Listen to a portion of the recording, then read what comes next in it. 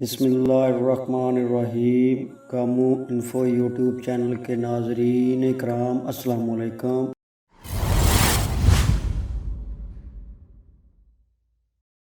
محترم ناظرین، ہم آج کی ویڈیو میں حضرت موسیٰ علیہ السلام اور جادوگر کے قصے کا بقیہ حصہ بیان کرنے جا رہے ہیں۔ حضرت یوسف علیہ السلام کی وفات کے کوئی 100 سال بعد چرواہے بادشاہوں کے خلاف ایک قومی تحریک شروع ہوئی۔ اہل مصر نے ان غیر ملکی بادشاہوں کی حکومت کا تختہ الٹ دیا اور ایک بار پھر حکومت کے اختیار خود سنبھال لیے۔ مصریوں کو ہر وقت اس بات کا خدشہ لگا رہتا تھا کہ بنی اسرائیل ملک کے کسی دشمن سے ساز باز نہ کر لیں اور مصر پر حملہ نہ کر دیں۔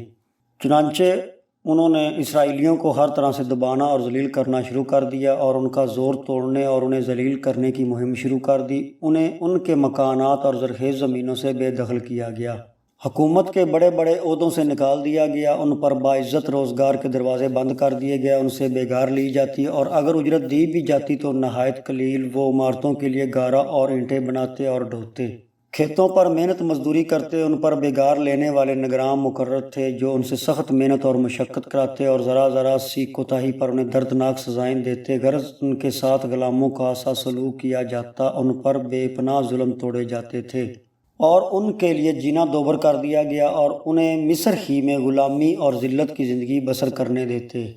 بنی اسرائیل کی تعداد گھٹانے کے لیے آگے چل کر یہ پالیسی اختیار کی گئی کہ ان کے لڑکوں کو قتل کیا جائے اور لڑکیوں کو زندہ رہنے دیا جائے تاکہ وہ مصریوں کی لونڈیاں اور باندیاں بن کر ذلت کی زندگی گزارنے پر مجبور ہو جائیں اور رفتہ رفتہ اسرائیل کی نسل ہی ختم ہو جائے۔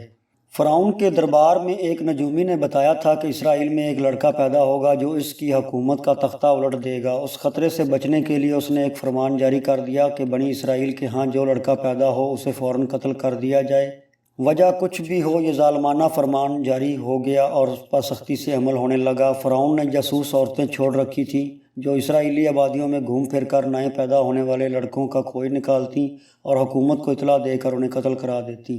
انہی دنوں ایک اسرائیلی گھرانے میں ایک لڑکا پیدا ہوا جس کو دنیا حضرت موسیٰ علیہ السلام کے نام سے یاد کرتی ہے۔ ان کے بڑے بھائی حضرت ہارون علیہ السلام قتل کا فرمان جاری ہونے سے پہلے پیدا ہو چکے تھے، اس لیے وہ زندہ سلامت رہے، مگر حضرت موسیٰ علیہ السلام کی زندگی ہر وقت خطرے میں تھی۔ ان کی والدہ ماجدہ کو ہر لمحہ یہ خدشہ لگا رہتا تھا کہ فرعون کے آدمیوں کو پتہ چل گیا تو معاملہ بگڑ جائے گا۔ اس نے بڑے صبر سے کام لیا مگر آخرکار جاسوس عورتوں کی سرگرمیوں کی وجہ سے وہ گھبرا اٹھیں۔ حضرت موسیٰ علیہ السلام کی پیدائش سے 3 ماہ بعد تک تو اپنے بیٹے کو چھپائے رکھا اور شفقت کی گود میں پالتی رہیں۔ اس کے بعد اللہ تعالیٰ نے حکم دیا اپنے پیارے بیٹے کو اطمینان سے دودھ پلاتی رہو، البتہ جب راز فاش ہوتا نظر آئے اور تمہیں اس کی جان کا خطرہ محسوس ہو تو بے خوف و خطرہ اسے دریائے نیل میں ڈال دینا۔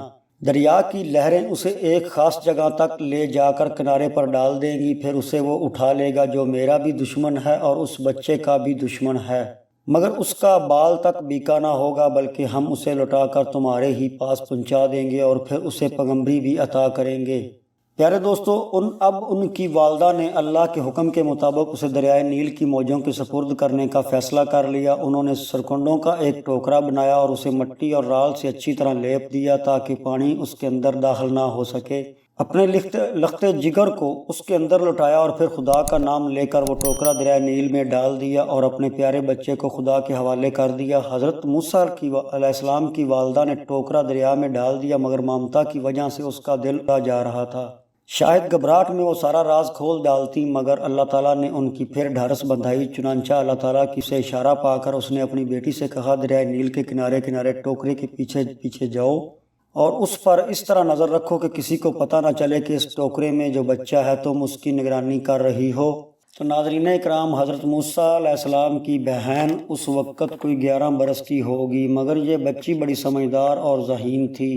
وہ بڑی ہوشیاری سے بھائی کے پیچھے پیچھے گئی۔ ٹوکرا بہتا بہتا فرعون کے محلات کے قریب جا پہنچا۔ فرعون کی بیوی حضرت آسیہ بڑی نیک اور پارسا خاتون تھی۔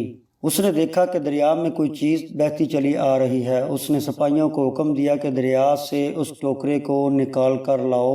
چنانچہ حکم کی تعمیل کی گئی۔ دیکھا تو اس کے اندر ننھا منا خوبرو بچہ لیٹا ہوا ہے۔ شکل و صورت سے بچہ اسرائیلی معلوم ہوتا تھا اور ٹوکرا ابھی ان بستیوں کی طرف سے آیا تھا جہاں اسرائیلی رہتے تھے۔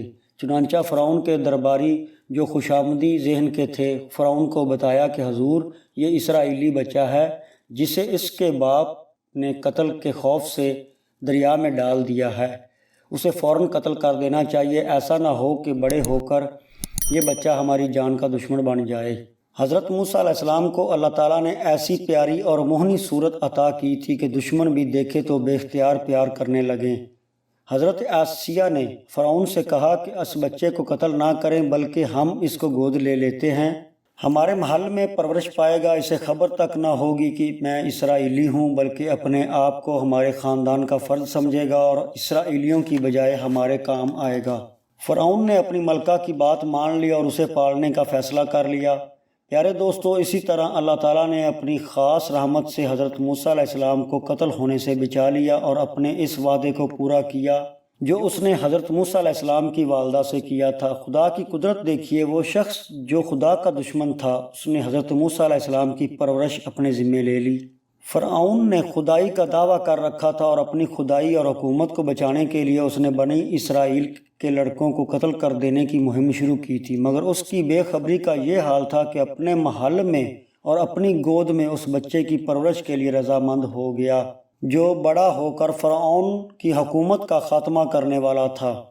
تو ناظرین اکرام، آپ کو آج کی ہماری ویڈیو کیسی لگی اس کے بارے میں آپ اپنی رائے کا اظہار کمنٹس باکس میں کریں، اور اگر آپ کو یہ ویڈیو اچھی لگی ہو تو اس کو آگے اپنے دوستوں میں شیئر کریں اور میرے گامو انفو کے چینل کو سبسکرائب بھی کر لیں اور ساتھ میں لگے بیل آئیکن کو پریس کریں تاکہ آپ کو آنے والی نئی ویڈیو کی نوٹیفیکیشن سب سے پہلے مل سکے۔